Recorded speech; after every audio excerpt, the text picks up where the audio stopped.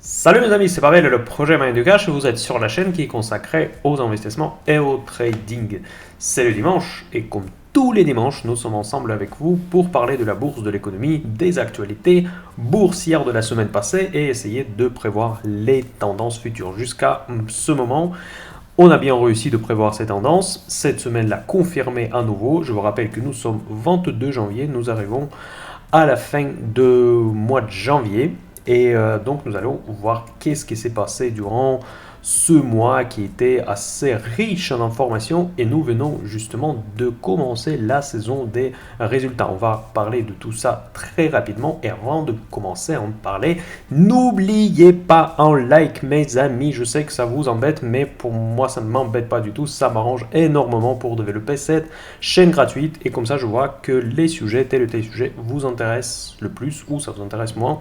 N'oubliez pas aussi de mettre les commentaires et poser des questions, je réponds à toutes les questions dans les commentaires et j'ai également Telegram qui a d'ailleurs atteint son niveau maximal des abonnés. Donc ça c'est une petite fête, je suis très content comment la chaîne Telegram se développe et vit sa vie quotidienne en début de cette année 2023, donc je vous invite à la rejoindre. Je vous rappelle que dans le nouveau format des vidéos qu'a fait dimanche 2023, chaque semaine je vous propose la suggestion du chef. Je ne suis pas votre chef, heureusement ou malheureusement, je ne sais pas.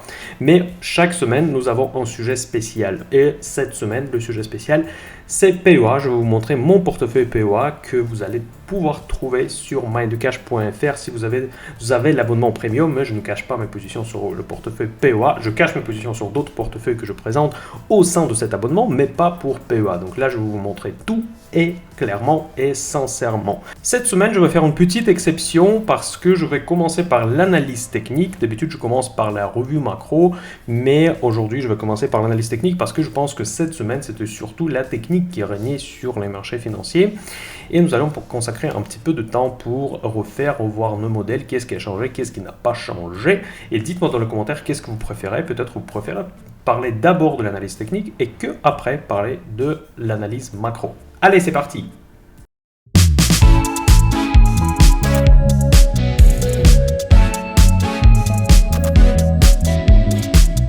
Chaque semaine, nous faisons l'analyse technique de 3 indices. Le premier indice, qui est le principal dans le monde entier, c'est S&P 500.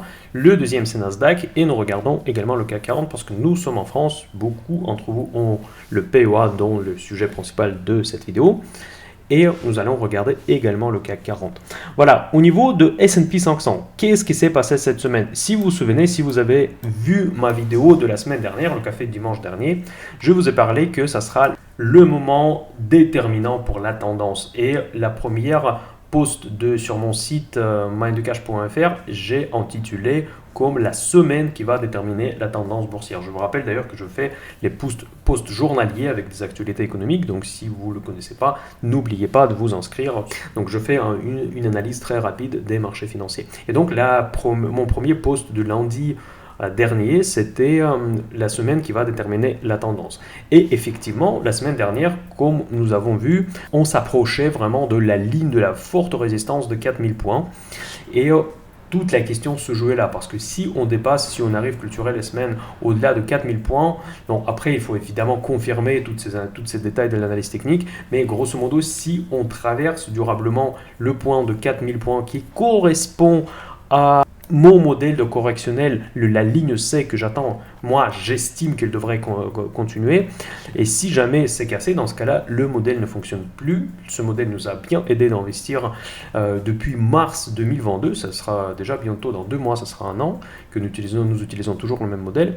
Et si jamais on arrive à s'installer au-dessus de 4000 points sur S&P 500, ça veut dire que je devrais travailler, je devrais passer un petit peu plus de temps pour revoir mon modèle et voir où est-ce que le marché avance actuellement. Nous allons voir quels sont les drivers, quels sont les points principaux, fondamentaux qui dirigent les marchés actuellement, parce qu'ils sont assez ambigus, pour être honnête. C'est très compliqué un petit peu à lire les marchés, mais quand c'est compliqué, quand on ne comprend pas ce qui se passe, c'est toujours une bonne réflexe de tourner vers l'analyse technique.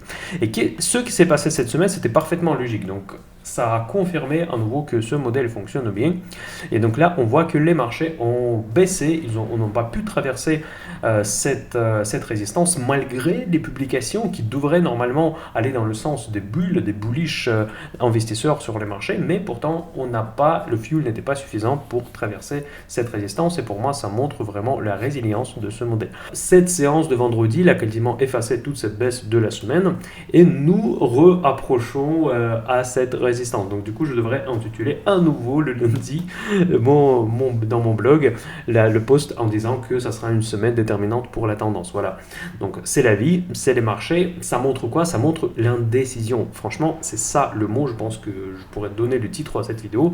C'est l'indécision. Pourquoi cette indécision? On verra dans la deuxième partie de la vidéo qui sera consacrée à la macro et à ce qui a été communiqué comme information macroéconomique, les discours des banques centrales et aussi maintenant des résultats trimestriels.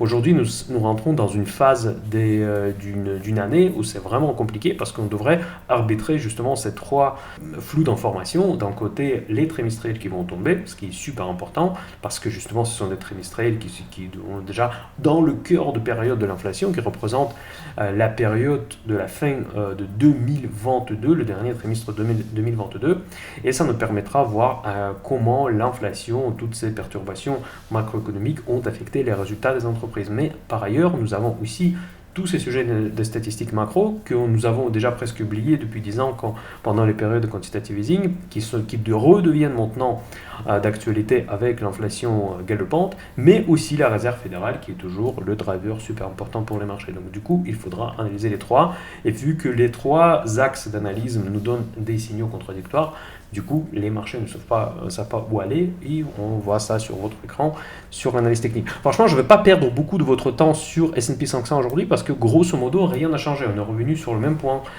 comme la semaine dernière, et il faudra repartir d'une page blanche. Oui, ça arrive malheureusement. C'est compliqué, c'est pas clair, et quand c'est pas clair, les marchés hésitent comme on voit sur le graphique technique. Sur l'indice technologique Nasdaq, qu'est-ce qui s'est passé?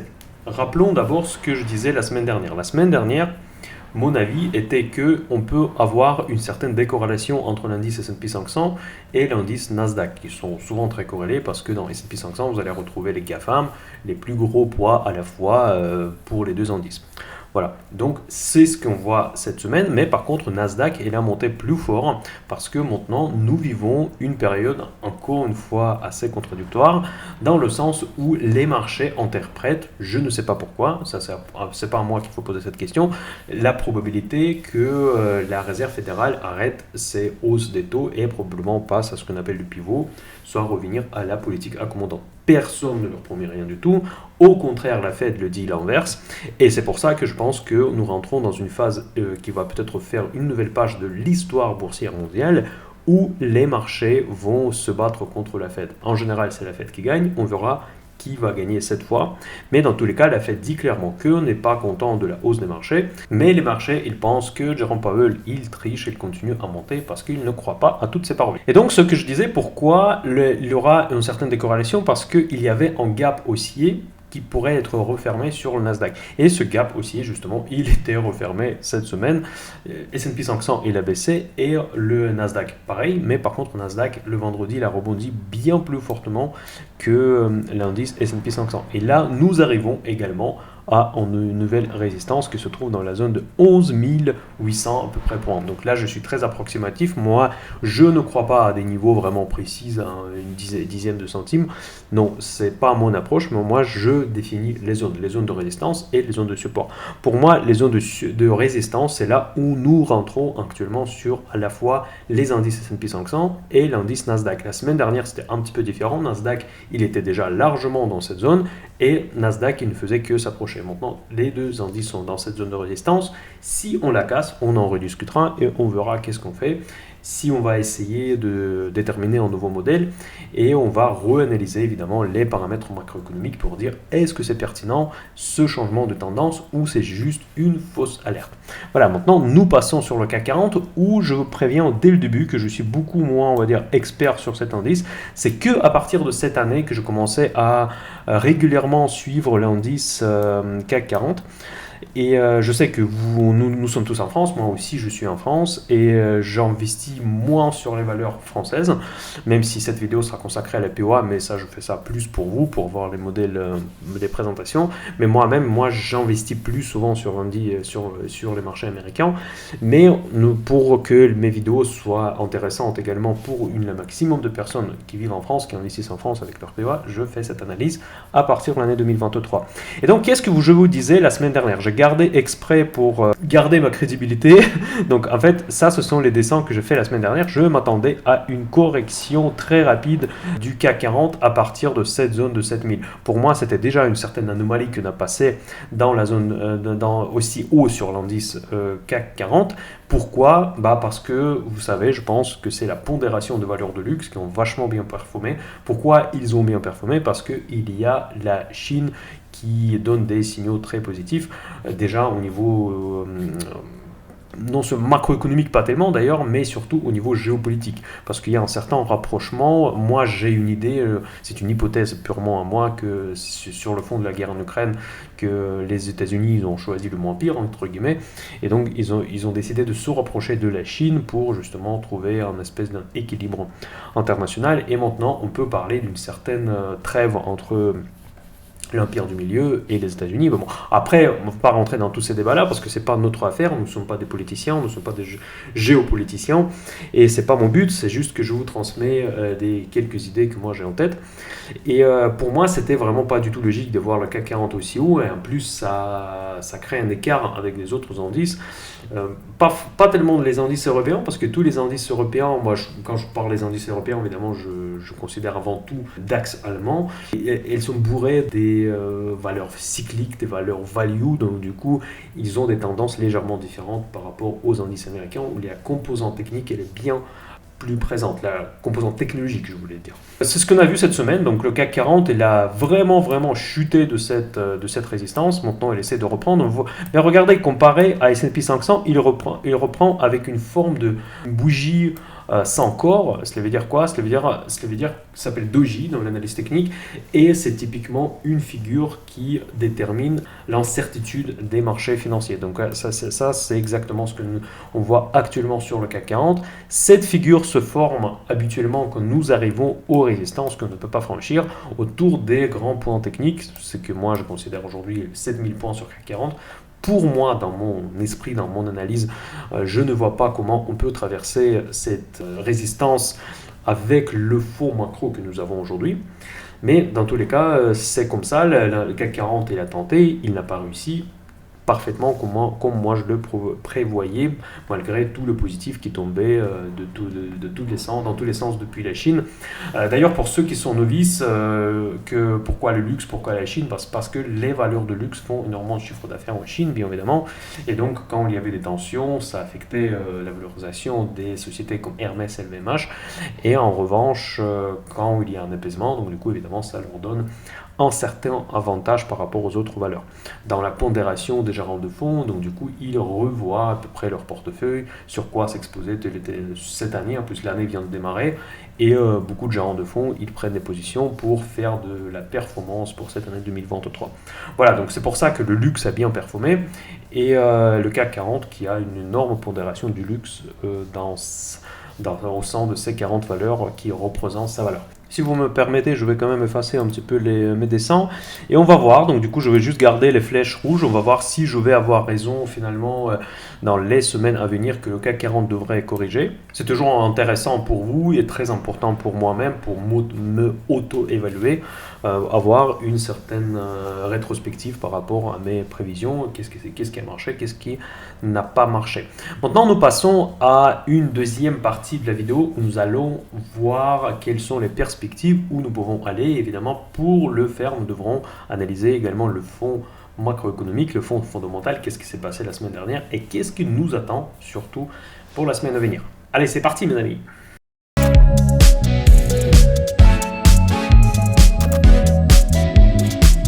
Donc Donc voilà, je commence traditionnellement par mon tableau de bord et on voit tout de suite cette décorrélation entre S&P et Nasdaq dont je vous ai parlé la semaine dernière, donc j'ai largement anticipé.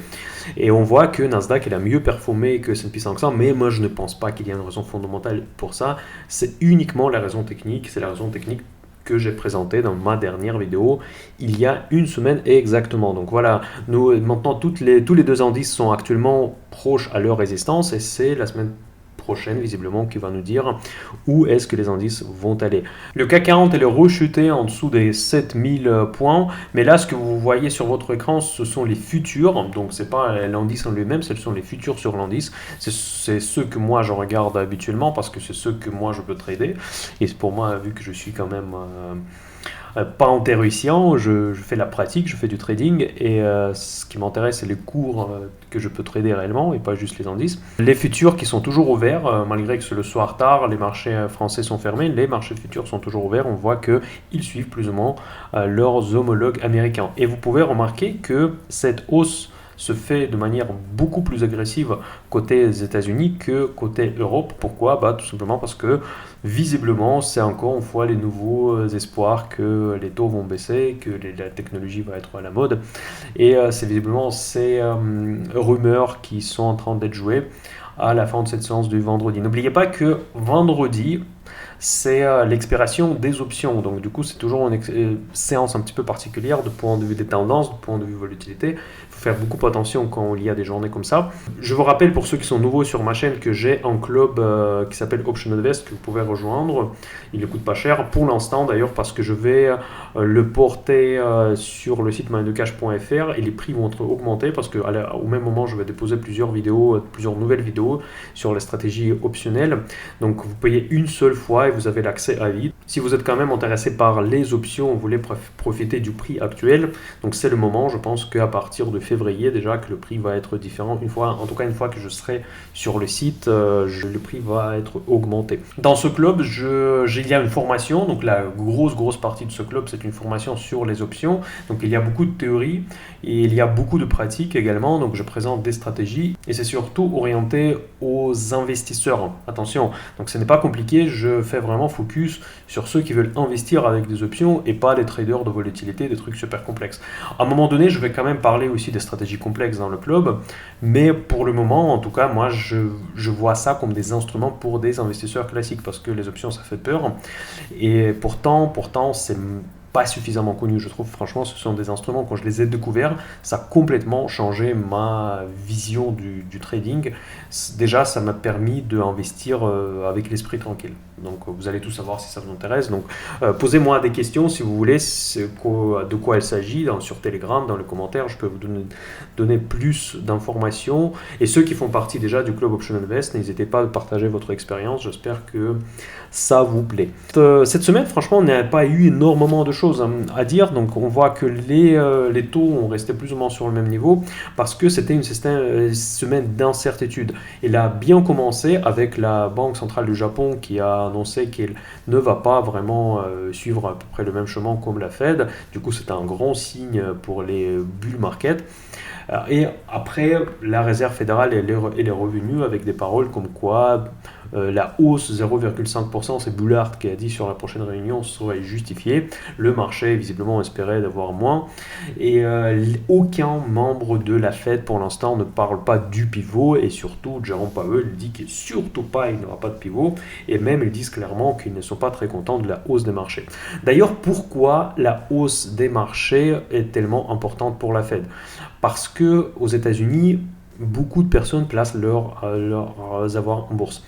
C'est vrai que c'est différent par rapport à l'Europe, c'est différent par rapport à la France, encore plus par rapport à l'Allemagne. Je pense que les Allemands sont encore plus prudents que les Français. Dites-moi dans les commentaires d'ailleurs si vous connaissez bien l'Allemagne, mais c'est ce que j'ai entendu comme ça des amis qui ont vécu là-bas. Donc les Allemands sont vraiment très prudents, ils n'aiment pas beaucoup prendre de risques. Vu que pour les anglo-saxons ce n'est pas du tout le cas, ils placent leurs avoirs, notamment leurs avoirs pour la retraite en bourse, et quand la bourse monte, du coup ça crée un sentiment de richesse. Quand il y a un sentiment de richesse, Vous êtes plus tranquille pour acheter une nouvelle maison, une nouvelle voiture, des nouveaux meubles, faire des travaux, etc., etc. Donc, en gros, ça booste la consommation aux États-Unis. Et ça, c'est très important à comprendre que c'est culturel à la fois, mais aussi structurel. Cette différence, elle affecte énormément les décisions de la Banque centrale américaine. C'est pour ça qu'elle dit que pour eux, la hausse des marchés, la hausse ininterrompue des marchés, malgré les risques, malgré la situation macroéconomique difficile, c'est un souci. Et ils ont dit clairement ça au début de janvier. J'en ai publié un peu partout sur mon site, sur Telegram. Et il ne faut pas rater ce signal. Cela veut dire que la Réserve fédérale joue contre les marchés, ou bien les marchés jouent aujourd'hui contre les réserves fédérales. Parce que j'ai l'impression que les marchés actuellement sont toujours dans l'esprit, comme les années passées, que de toute manière, comme on appelait ça, Greenspan put. Greenspan, c'est un ancien président de la Fed qui était un des plus longs et il a occupé ce poste, je crois que c'était le plus longtemps parmi tous les autres présidents de la Fed depuis sa création au début du XXe siècle. Put Alan Greenspan, cela veut dire que s'il y a quelque chose de grave qui arrive sur les marchés financiers, la Fed va venir pour nous sauver. Et donc voilà, c'est comme ça qu'on appelle ça en put, comme une petite protection. Put, c'est une option d'ailleurs. C'est une option de vente qui permet de protéger quelque part votre portefeuille. Et donc, il disait qu'on n'a pas besoin de ce put finalement parce qu'on a Alan Greenspan qui va protéger nos portefeuilles parce que si jamais des choses graves arrivent, dans ce cas-là, ils vont venir avec leur bazooka, avec leur nouvelle politique monétaire qui va être toujours en faveur des marchés. J'ai l'impression que c'est plus le cas. Je suis quasiment persuadé que la Fed veut utiliser la récession comme un instrument pour lutter contre l'inflation. D'ailleurs, pour les abonnés Premium MindTheCash, je vais publier la semaine prochaine un article sur la grande crise qui peut arriver. Donc vous savez que moi j'essaie d'être très pragmatique, je ne suis pas comme certains commentateurs sur la BFM ou pas que sur la BFM qui anticipent un crack boursier depuis 20 ans, la fin du monde financier, etc. Donc je ne suis pas du tout comme ça. Mais dans tous les cas, je sais que les choses graves sur le marché arrivent. Et dans cet article, je vais essayer de décrire comment moi je vois vraiment un crack du siècle. Et aussi, avec la puissance de l'analyse technique, je vais essayer de l'anticiper. Évidemment, ça va être très subjectif. Bon, certaines choses vont être objectives, les raisons pour ce crack du siècle. Mais après, évidemment, le timing, c'est toujours très compliqué à savoir. Et en plus, c'est un paradoxe parce qu'on sait que ce crack va un jour arriver, mais personne ne sait quand est-ce qu'il va arriver. Je vais juste partager avec les abonnés premium mes idées par rapport à ce sujet, d'où ce crack peut venir, comment le identifier suffisamment tôt pour qu'on puisse adapter notre stratégie. Et dans cet article, je parle beaucoup de l'inflation et des dangers que l'inflation représente pour la nouvelle politique monétariste de la Réserve fédérale. Et ça, c'est très important. C'est pour ça que l'inflation pour la Fed, c'est bien plus important que tout le reste en fait. C'est dans cet article-là, j'espère que de mon point de vue, pourquoi la Fed attache tellement d'importance à l'inflation, parce qu'on pourrait se dire aussi, genre, vous savez, comme on a dit sur pas mal d'autres sujets, voilà, finalement, l'inflation, 5-6%, pourquoi pas, donc on peut vivre avec, voilà, si les salaires suivent, pourquoi pas. Mais non, c'est beaucoup plus complexe que ça, malheureusement et heureusement, la Réserve fédérale ne va pas accepter l'inflation élevée, donc elle va essayer de la pousser vers les niveaux comme ils étaient avant. Et donc voilà, et pour ça qu'on va peut-être assister à une bataille entre les réserves fédérales et les marchés qui, pour moi, a été déclarée au début janvier 2023. On verra bien. Après, le pétrole, je trouve qu'il reste extrêmement cher. On voit ça sur le cours du pétrole. Là, je ne veux pas m'arrêter là-dessus longtemps. Ensuite, le gaz. Le gaz chute. L'hiver n'est pas très froid. Par contre, là, le froid est arrivé. Aujourd'hui, j'ai caillé énormément. Peut-être vous entendez même, il y a un énorme Mistral derrière la fenêtre parce que j'espère que ça ne va pas pourrir la vidéo. Mais en tout cas, on l'entend bien parce qu'il y a des grosses frappes dans le mur. Donc, et dans les fenêtres, ça fait très très froid. Donc, c'est ma première année dans le sud de la France. Et je pense que c'est une des, on va dire, les journées les plus froides que j'ai vécues ici. Mais c'est marrant, je trouve que c'est assez sympathique quand même, parce qu'avec du Mistral, il y a toujours du soleil, c'est toujours sympathique quand même. Voilà. Ensuite, si je reviens sur les marchés, qu'est-ce qu'il y avait d'autre? Donc Tesla, mes amis, Tesla, j'ai fermé ma position, vous savez, dans le nouveau format 2023. La première semaine du mois, c'est toujours le trade. C'est pour les traders. Je prends en trade public. Et cette semaine, c'était Tesla. J'ai fermé une des jambes de ma stratégie optionnelle. J'ai déjà encaissé une grosse partie de ma plus-value. Et la dernière jambe, il y a des fortes chances qu'il va finir en profit. Donc en gros, vous allez tout savoir le mois prochain. Je ne sais pas si je vais toujours avoir cette deuxième jambe ouverte ou pas. Mais dans tous les cas, déjà, cette stratégie a réussi. Donc là, je vous invite à revenir à il y a 15 jours, la vidéo d'il y a 15 jours où j'ai présenté mon trade sur Tesla ou bien sur Telegram où j'ai publié tous les détails.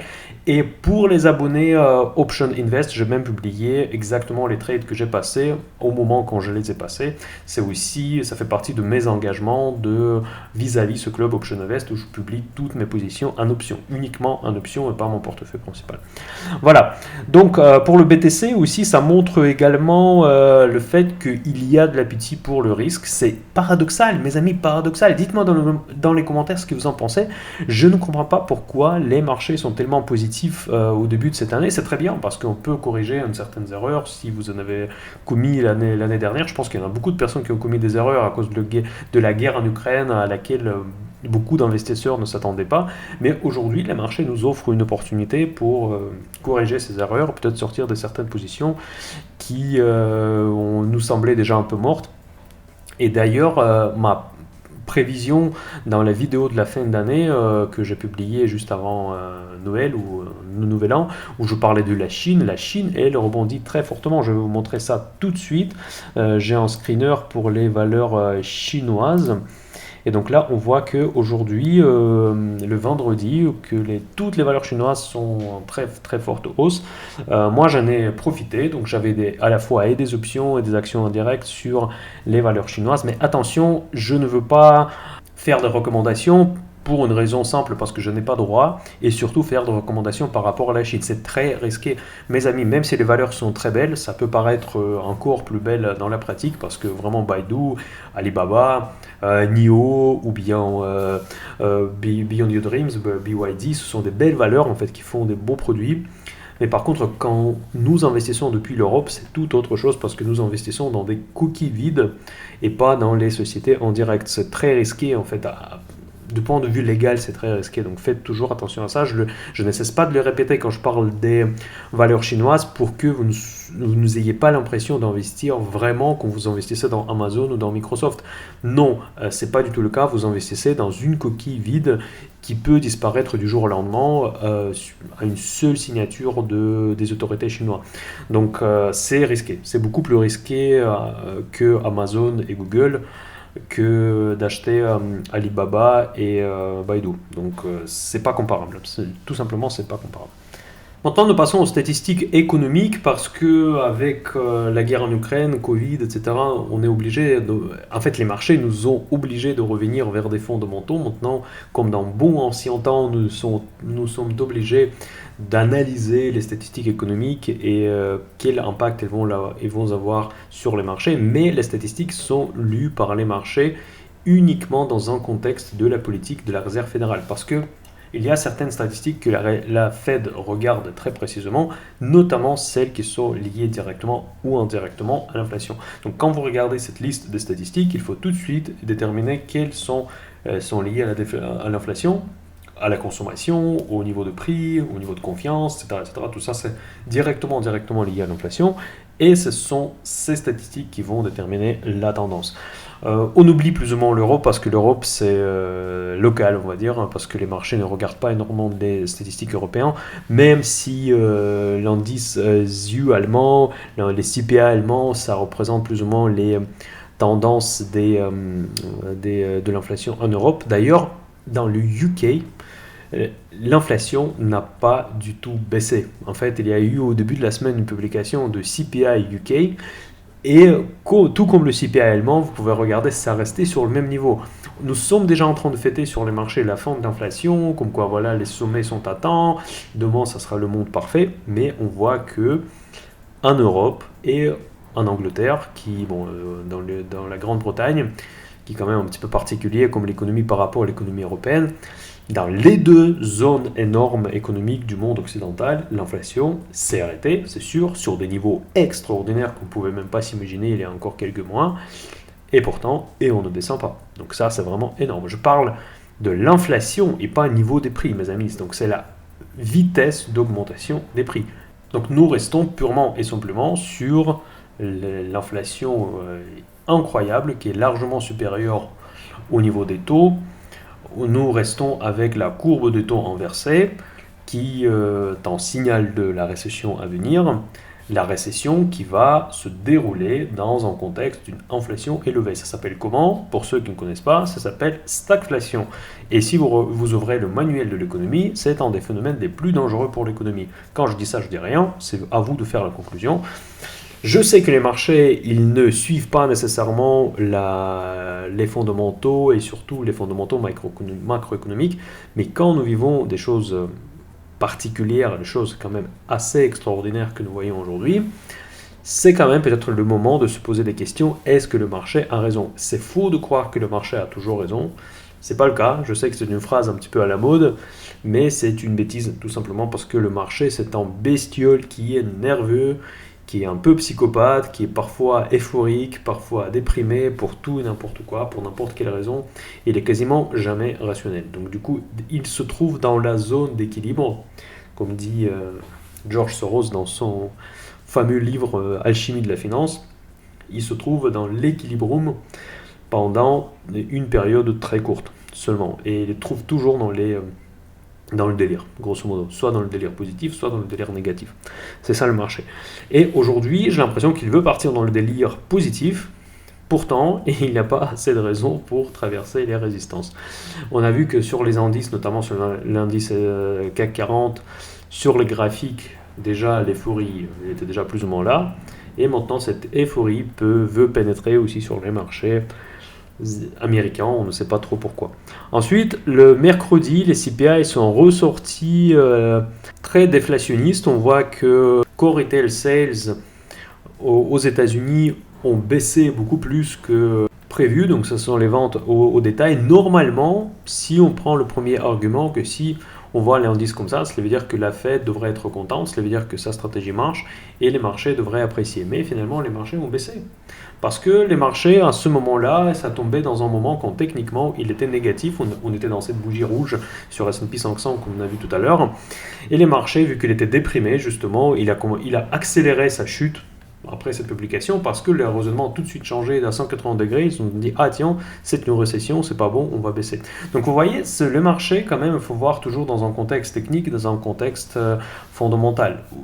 Parce qu'aujourd'hui, nous avons des arguments contradictoires et c'est juste l'équilibre entre les boules et les bears qui déterminent la tendance. C'est un peu comme toujours.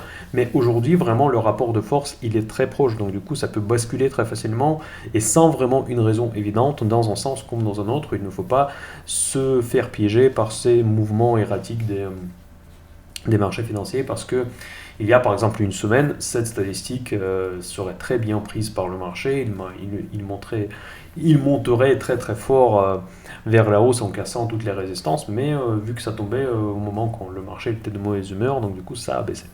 Voilà, c'est comme ça. Ensuite, les autres statistiques, elles étaient mitigées, encore une fois, vous voyez, le lendemain, après ces statistiques plutôt déflationnistes, on a vu les statistiques plutôt inflationniste parce que le marché du travail, encore une fois, ça porte très bien. C'est ton deuxième critère après l'inflation que regarde la Réserve fédérale et maintenant c'est à vous d'équilibrer parce qu'encore une fois, c'est encore une fois contradictoire. D'un côté, les prix, ok, on a atteint dans certains niveaux peut-être de l'inflation, au moins aux États-Unis, mais au niveau de chômage, c'est de la folie. Mais si le chômage est faible, s'il y a beaucoup d'emplois, dans ce cas-là, forcément, les gens, ils ont beaucoup de visibilité, ils peuvent facilement consommer.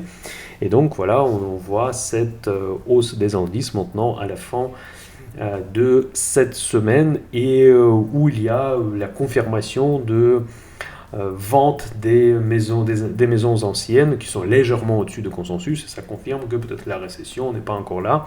Mais les problèmes dans le marché immobilier américain, ils sont quand même déjà présents, notamment dans le marché commercial. Mais pas que. Donc j'ai fait une publication d'une traduction d'un article sur Bloomberg dans mon Telegram. C'est assez intéressant, je publie pas mal de choses sur l'immobilier parce que ça commence un petit peu m'inquiéter. Vu les niveaux de taux aux États-Unis, je vous rappelle, J'ai fait récemment une vidéo sur l'immobilier américain que le modèle de financement de l'immobilier il est très différent à chez nous. Donc il faut quand même tenir compte que les Américains sont obligés régulièrement de refinancer leur dette immobilière. Et ça fait une exposition énorme sur le niveau des taux parce qu'évidemment, quand ils arrivent à l'échéance de leur prêt, ils sont obligés de reprendre notre prêt, en fait, quelque sorte le relais. Et quand ils le roulent, ils vont le rouler dans le contexte des taux que la banque leur propose au moment quand ils font cette opération. Donc les taux, c'est très important pour les États-Unis. Nous sommes gâtés un petit peu avec notre système français, qu'on peut emprunter à taux bas et taux fixe. Et donc du coup, on est tranquille après pour des longues années. C'est l'avantage du système français, il faut le dire. Il ne faut pas que critiquer. Là maintenant, tout le monde est dans la rue pour lutter contre les retraites. Mais il faut aussi admettre qu'il y a certaines choses qui fonctionnent beaucoup mieux chez nous que dans les autres pays. Donc il faut être objectif. En tout cas, j'essaie d'être objectif. Après, c'est à vous de me juger. Next week, on va regarder ce qui va se passer la semaine prochaine. Encore une fois, ça sera un peu plus tranquille que cette semaine, et il est surtout la semaine d'avant. On voit au début de la semaine les publications en Europe qui ne vont pas forcément avoir beaucoup d'impact sur la tendance. La journée de jeudi va être très importante pour les marchés. Donc encore une fois, ce sont des statistiques qui sont très proches à l'inflation. Ils vont être arbitrés par les marchés et la tendance va bouger forcément pendant ces publications. Mais cette fois, je pense que cette fois ça va marcher, c'est que les marchés devraient déterminer leur tendance. Et s'ils vont casser les résistances, dans ce cas-là, je devrais vous faire une vidéo vraiment profonde, vraiment lourde la semaine prochaine pour proposer quelque chose de nouveau de point de vue technique. Parce que c'est vrai que le mon modèle que je vous ai présenté sur S&P 500 notamment, il marche depuis un moment. Donc à un moment donné, il ne va plus marcher, même si on n'a pas fini encore la ligne de correction C. Ça m'étonnerait qu'on casse quand même ces niveaux-là. Parce que je vois dans le discours des membres du board que dès que le marché commence à partir dans le bullish run, quelqu'un qui débarque et quelqu'un qui calme le marché très, très rapidement. Donc même si on va dépasser sur les 4000, je ne pense pas qu'on va y rester très longtemps, parce que la Fed va forcément faire quelque chose. Donc voilà, c'est ça mon opinion aujourd'hui. Mes amis, pour résumer très brièvement, je suis pas alarmiste, je veux pas faire peur à personne. Mais je suis quand même plutôt bearish malgré que j'ai une position aujourd'hui assez bullish. C'est peut-être un peu contradictoire parce que je ne vois pas encore le momentum pour commencer à être très short sur le marché. Mais mon sentiment global, il est assez bearish parce que moi je vois les raisons pourquoi la politique de la Fed n'a pas encore marché. Les médias économiques disent l'inverse, je sais. Ils disent que voilà, la Fed, ce qu'elle a fait, ça marche apparemment parce que l'inflation est arrivée. En fait, on a réussi de stopper l'inflation. Ok, on a réussi de la stopper, mais à des niveaux extraordinaires, après des mesures extraordinaires au tel point qu'on ne peut presque plus aller plus loin. C'est ça qui me fait peur un petit peu, c'est qu'on a monté tellement vite les taux. Déjà, on était en retard avec ce changement de la politique vers la moins accommodante. Jerome Powell a mis beaucoup de temps pour réaliser que l'inflation, elle est là pour un moment, et il a dû accélérer très fort.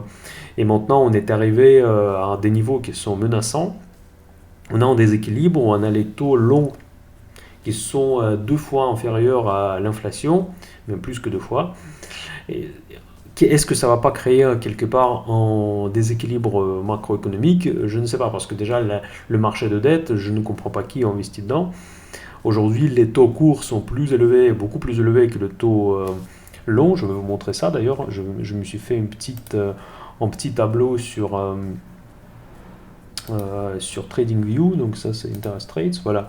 Donc ça c'est la fameuse courbe de taux. Vous voyez que le taux à 1 an est proposé à 4,7 aujourd'hui, à 2 ans à 4,10 et à 10 ans vous pouvez emprunter à 3,5. Vous voyez, donc c'est con en fait, l'inverse est la logique normale. Donc normalement, plus l'échéance est éloignée, donc plus le taux doit être éloigné. Quand vous prenez le prêt pour 20 ans, le taux va être plus élevé que le prêt à 10 ans, n'est-ce pas? Donc ça devrait être la même logique sur les taux des obligations américaines. Et ça, c'est l'inverse.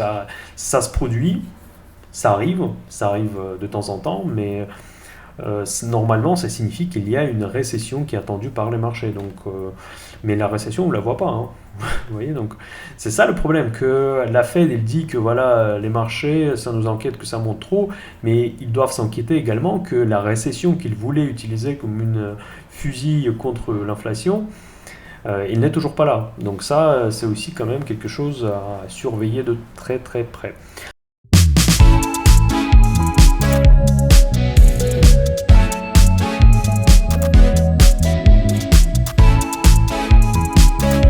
Avant de commencer de parler de PEA, je vous rappelle le principe et je vous rappelle le contenu auquel vous avez l'accès avec l'abonnement premium, que actuellement je présente deux portefeuilles et demi, on va dire comme ça. C'est le portefeuille PEA et le portefeuille Tranquille Biche. PEA, je vais vous montrer aujourd'hui. Le Tranquille Biche, je ne montre que à mes abonnés premium. Pourquoi je ne parle pas de rentier? Parce que je me pose la question sur ce portefeuille, parce que c'est un portefeuille qui est orienté aux dividendes et je ne trouve pas ça spécialement intéressant parce que après avoir mené ce portefeuille depuis un certain temps, c'est trop passif presque pour que ce soit intéressant pour le montrer, parce qu'en fait en gros il faut tout le temps acheter quelque chose, ça revient tout le temps aux mêmes valeurs, c'est des valeurs un peu boring on va dire. Dites-moi dans les commentaires si vous regardez ce portefeuille, est-ce que ça vous intéresse, le sujet de dividendes. Je vais avoir de toute manière un screener pour les dividendes, parce que ça c'est important je trouve, parce qu'il y en a beaucoup de personnes qui implémentent cette stratégie, qui ont orienté à dividendes, mais avoir un portefeuille public, dividendes, je ne suis pas certain. Portefeuille Tranquille Biche, c'est le portefeuille pour ceux qui détestent le risque. Le but, c'est de prendre le minimum de risque, avoir une exposition sur les valeurs en bourse, mais en prenant minimum de risques possible. C'est ça l'objectif. Je sais qu'il y en a certaines personnes, surtout qui sont novices, qui sont assez frileux, et quand je fais le choix dans ce portefeuille, je prends des valeurs avec des profils de risque les plus faibles. Cela veut dire quoi? Cela veut dire qu'évidemment, les performances de ce portefeuille risquent d'être moins faibles que le marché. Pour l'instant, j'ai des performances excellentes de ce portefeuille, je bats les indices de référence, mais c'est plutôt exceptionnel. Je ne pense pas que sur une longue durée, je vais faire pareil. Parce que chaque fois quand je choisis les valeurs pour ce portefeuille, ce sont des grosses capitalisations, ce sont des entreprises avec de la gueule, si je me permets. Je ne fais pas tous les mois les transactions dans ce portefeuille, je suis très sélectif, quand il y a une opportunité, quand je suis sûr et certain, je rentre. Si je ne suis pas sûr et certain, je ne rentre pas. Après, pour PEA, je suis beaucoup plus, on va dire, actif. Et aussi, il y a mon screener personnel où je propose quelques valeurs, mais c'est pas un portefeuille, c'est juste quelques idées que je publie tous les mois sur des valeurs un peu sur tous les marchés. Ça peut être des valeurs risquées, je précise le niveau de risque, comme d'habitude je fais sur la chaîne Mind the Cash. Voilà, maintenant nous allons parler de portefeuille PEA.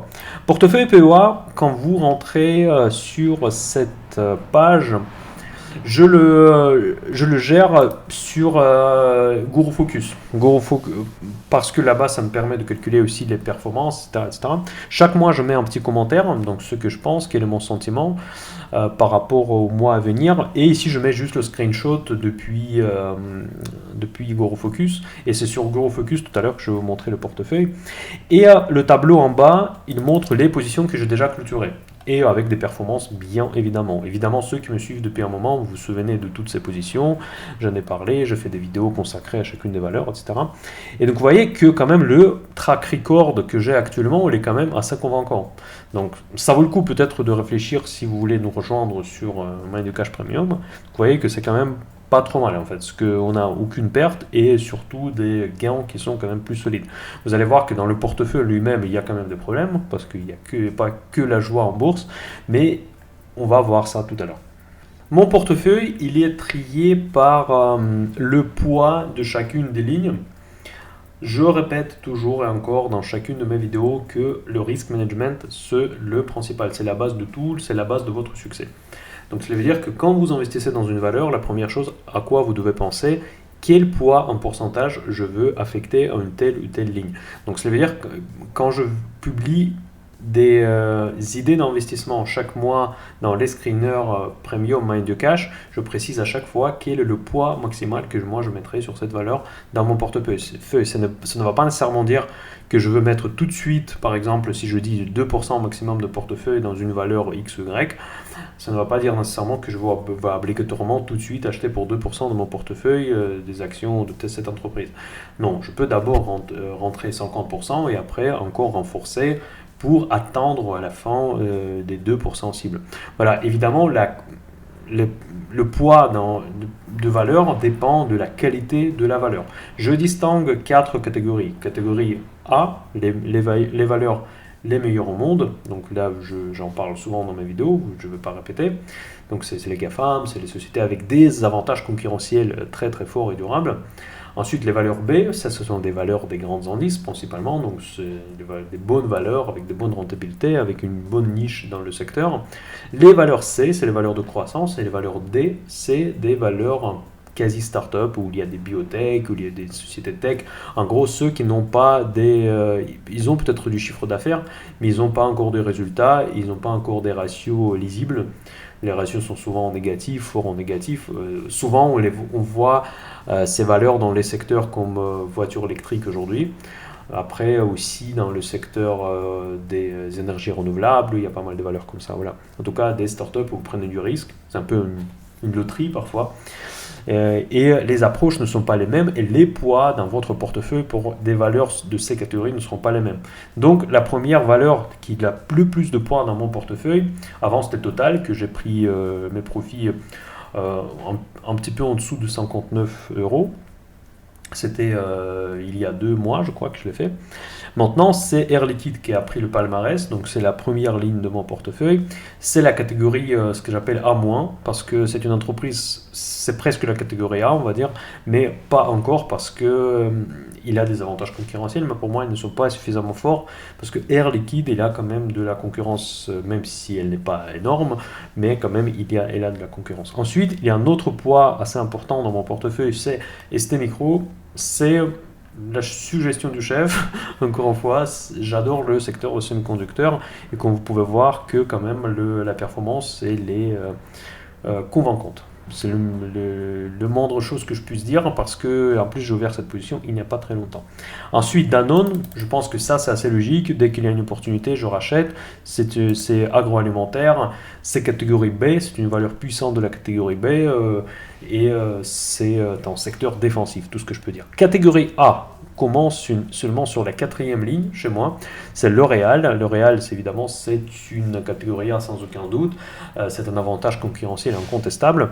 Le profit était au début quand je vers cette position, c'était vraiment la gloire, j'ai très vite fait des rentabilités à plus de 20%, je ne sais même plus combien c'était, mais maintenant aujourd'hui c'est moins convaincant, c'est seulement 7,5%, et voilà. Schneider Electric, 8%. Sanofi, tout récemment, je l'ai acheté, 13% plus déjà, et il faisait partie aussi de mes screeners, de mon screener PEA que je publiais, corrigez-moi si je me trompe, mes chers abonnés premium, je crois que c'était en novembre. C'était le Sanofi que j'ai publié comme idée d'investissement. Amadeus IT, ça fait longtemps que je l'ai, mais par contre, je me suis pris la crise Covid avec cette valeur. Du coup, il a très mal performé. C'est les systèmes de réservation dans les avions. Par contre, c'est une entreprise qu'on ne connaît pas forcément très très bien, mais cette entreprise, elle a des avantages concurrentiels parce que c'est quasiment que elle qui domine en fait justement tous ces système de réservation, des sièges dans les avions, etc. Donc c'est quand même assez intéressant comme entreprise qu'on n'en pense pas nécessairement tout de suite. C'est une société espagnole, donc faites attention aux frais si vous voulez l'acheter. Donc ça peut être assez intéressant. Une autre valeur du secteur de semi-conducteurs avec ST Micro, c'est Soitec. Soitec, j'aime beaucoup moins. Je sais que beaucoup me critiquent sur Telegram que Soitec, Pavel, mais Soitec, moi je trouve extrêmement cher cette valeur. Donc je l'ai acheté il n'y a pas longtemps, 8%. Bon, je suis content, tant mieux, mais je ne suis pas convaincu toujours par ces ratios. Je sais que c'est une entreprise qui a quand même une place très particulière dans le secteur de semi, et c'est pour ça que je l'ai, mais par contre les ratios quand même sont extrêmement chers, et en plus ils ont eu des problèmes de gouvernance au sein de l'entreprise, c'est quand même assez particulier. Biomerio, bon là j'ai claqué quand même un petit peu, donc vous voyez, moins 14%, c'est dommage. Je l'ai pris pendant le Covid parce que je trouve que cette entreprise n'était pas si chère que ça, elle faisait des très bons profits, le ratio, la rentabilité, elle était très forte. Mais finalement, on est sorti, bon, le Covid n'est plus trop à la une, donc voilà, c'est pas très intéressant. Française des Jeux aussi, j'étais très déçu. Par contre, la valeur, elle est arrivée au plus haut de ces 52 semaines. Dites-moi dans les commentaires d'ailleurs si vous pensez que c'est le moment de vendre peut-être la Française des Jeux, parce que je doute que j'ai fait un bon choix à l'époque. À l'époque, quand je l'ai acheté, l'idée c'était de, justement, avant la crise, visiblement j'ai anticipé quelque part au fond de ma tête la guerre en Ukraine. Je voulais avoir un petit peu de défensif, mais finalement il n'a pas du tout joué le rôle défensif pendant la guerre en Ukraine, notamment pendant le 2022. J'étais profondément dans le rouge, maintenant là il retourne plus ou moins à l'équilibre. Et la question que je me pose, c'est est-ce que c'est pas le moment de la solder. Ruby, c'est aussi c'est un rebond, mais par contre, il a repris vraiment une tendance assez positive, donc du coup, peut-être ça vaut le coup de la garder. Et en plus, cette entreprise, elle est quand même dans les thématiques qui m'intéressent, c'est une thématique de stockage de l'énergie, de LNG, bon, GNL, gaz naturel liquéfié. Donc pour l'instant, Rubis, je suis content de garder cette action dans mon portefeuille. D'ailleurs, j'ai oublié de vous demander, c'est la première fois que j'enregistre cette vidéo en 4K. Donc je ne sais pas si vous voyez la différence, j'espère que oui. Parce que maintenant j'ai acheté un moniteur 4K, donc du coup c'est peut-être ça devrait être mieux, voilà. Je dirais comme ça. Après Bouygues, pour l'instant c'était une value que je voulais me diversifier sur les valeurs value, pour l'instant ça n'a rien donné. Catastrophique, c'est Eurofins Scientifique. Dites-moi dans les commentaires si vous suivez mieux, c'est la valeur de CAC 40. Je ne comprends pas pourquoi encore une fois, il est tellement massacré à chaque fois. J'arrive jamais de me retrouver avec cette valeur. Pourtant, elle est belle. Pourtant, elle est sur un secteur qui devrait être porteur avec toutes ces pandémies, avec tous ces virus. Pourtant, il a pris une claque énorme. Je ne comprends pas sa valorisation. Dites-moi dans les commentaires. Par contre, regardez tout de suite comment le risk management me aide dans ces cas-là, parce que cette valeur, ok, j'ai perdu presque 40%, ok, c'est mauvais, mais par contre l'exposition est de moins de 1%, parce que nous arrivons à la fin de mon portefeuille, donc ce sont des lignes très petites, donc du coup il contribue très peu dans mon PNL global, donc c'est par rapport à Air Liquide, par rapport à ST Micro, c'est rien du tout. Donc du coup, même si j'ai perdu 40%, bon, certes, c'est dommage, mais ça ne fait pas grand-chose pour mon portefeuille. Neoen, c'est une exposition sur les renouvelables, 2,5, c'est volatile, donc il faut être prêt. Ipsen, 21%, mais ça, c'est des petites expositions. Boiron, ah, mon cher Boiron, vous savez, c'est ma première ligne dans le portefeuille PEA quand j'ai lancé ce projet. Et donc elle était longtemps, elle ne faisait rien, elle est baissée, mais maintenant on est à 26% presque, mes amis. Alors, qu'est-ce qu'on fait? Homéopathie, est-ce que vous croyez? Dites-moi ça dans les commentaires. Oscillococcinome, tout ça, donc est-ce que vous les utilisez ou pas? Voilà, c'est ça le débat, je vais lancer le débat qui fâche. Voltalia, c'est une autre exposition sur les voitures, sur les énergies renouvelables que j'ai acheté au même moment avec Neoen pour diversifier. Donc Veolia se comporte très mal. Crédit Agricole, pour l'instant, moins 4%, c'est pas grand chose, mais il y a largement de la marge pour renforcer. Euronext, pareil. Calray, c'est des semi-conducteurs de catégorie C, D ou voire. C'est catastrophique, moins 51%, vous voyez, mais c'est rien du tout. L'exposition, c'est la plus petite ligne de mon portefeuille, même pas 0,5% de mon portefeuille, donc rien du tout, absolument. Thermador et Total Energy, ce sont des actions desquelles je suis sorti il n'y a pas longtemps. Elles étaient proposées dans mes screeners en moyen de cash premium, surtout Thermador. C'était une des idées de la fin de l'année dernière. Donc 30%, c'était littéralement en quelques semaines. Donc c'était une très très belle performance sur Thermador Group. Ce sont des valeurs qu'il faut toujours garder en tête. C'est vraiment de la qualité, c'est très bien. Voilà mes amis, donc pour le PEA, ça se passe bien pour l'instant. Est-ce que la question naturelle que vous me posez certainement, qu'est-ce que je vais acheter ce mois-ci? Je vais probablement vous décevoir parce que très probablement je vais rien acheter, tout simplement parce que déjà vous avez vu le CAC 40, je trouve qu'il est super haut, c'est irrationnel, c'est pas très logique, ça m'incite pas à l'investissement, on va dire.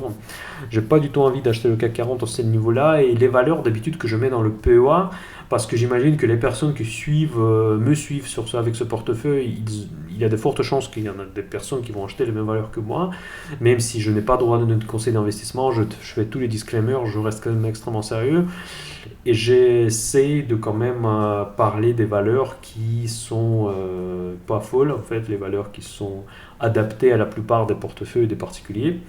Donc, et même pour que les gens ne soient pas déçus. Donc je fais le maximum du travail pour que vous ne soyez pas déçus du projet Mind the Cash. Et donc vous propose, vous voyez déjà Caleray. Imaginez que si j'avais acheté beaucoup, donc à moins 51%, c'est quand même pas très sexy. Donc du coup j'essaie de me focuser vraiment sur des valeurs de qualité. Et si je ne prends pas une valeur de qualité comme Caleray, je mets vraiment très peu et j'indique partout que j'achète vraiment très très peu pour un petit peu diversifier entre les différents profils des sociétés dans mes portefeuilles. Voilà, donc aujourd'hui je suis très passif, je trouve que ne pas avoir une position en bourse c'est aussi une position. Sur le marché de grande qualité français, je pense qu'on n'a pas grand chose à faire en ce moment. J'attendrai un petit peu pour des corrections. Peut-être une idée que j'aimerais bien glisser, je ne veux pas la proposer officiellement nulle part, c'est peut-être Atos. Atos, elle est repartie du point de vue technique vers la hausse. Il y a de l'intérêt, ils sont en train de céder une partie de leur capital dans une filiale qui, je ne sais plus le nom, qui est centrée sur les cybersécurités. D'ailleurs, ça c'est un sujet vachement intéressant, sur lequel moi aussi j'aimerais bien investir. Et il y a des acheteurs potentiels, c'est Thales et Airbus. Ce pas les acheteurs, ils ne vendent pas le business, ils vendent, je crois, 50% dans ce business. Et ça permettra éventuellement pour la société de repartir. Et en plus, ils ont de nouveaux contrats, Atos, malgré tous les déboires qu'ils ont eu l'année dernière. Certains parlaient de la faillite. Moi, je ne croyais pas à la faillite d'Atos. Mais d'ailleurs, je me suis amusé à faire des options sur Atos l'année dernière, je crois, oui. C'était des stratégies de vente des puts pour générer des revenus passifs, parce que vous pouvez générer des revenus passifs avec des options, oui. Et du coup, je me suis amusé un petit peu, mais j'ai pas de valeur actuellement dans mon portefeuille. Et c'est peut-être là-dessus, si vous voulez investir vraiment régulièrement, c'est peut-être dans cette direction-là que je regarderai, parce que cette valeur, elle peut aller contre la tendance. C'est ça l'idée en fait, parce que moi je ne pense pas que la tendance de CAC 40 dans les prochaines semaines va être positive. En revanche, la direction de l'Atos peut être opposée au CAC 40. C'est ça l'idée, vous voyez. Donc dites-moi dans les commentaires ce que vous en pensez. Est-ce que Atos est une société intéressante? On va peut-être l'analyser, parce que je fais une deuxième renaissance à ma ancienne catégorie des sociétés à analyser. Je vous ai posé la question dans ma précédente vidéo, quelles sont les actions que vous voulez que je l'analyse. Atos, elle apparaissait, donc on va peut-être regarder Atos. Et cette vidéo, je n'ai pas encore fait, mais je pense que je vais essayer de la publier la semaine prochaine, si j'ai le temps.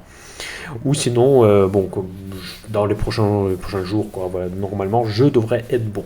Voilà, mes amis, c'est tout pour aujourd'hui. J'espère que la vidéo vous a plu. J'espère que le format de vidéo Café Dimanche 2023 vous kiffez. Dites-moi dans les commentaires, et surtout, n'oubliez pas en like et partager cette vidéo à vos amis qui adorent la bourse et la finance. Je vous souhaite tout le meilleur. Mind the cash. Bye bye.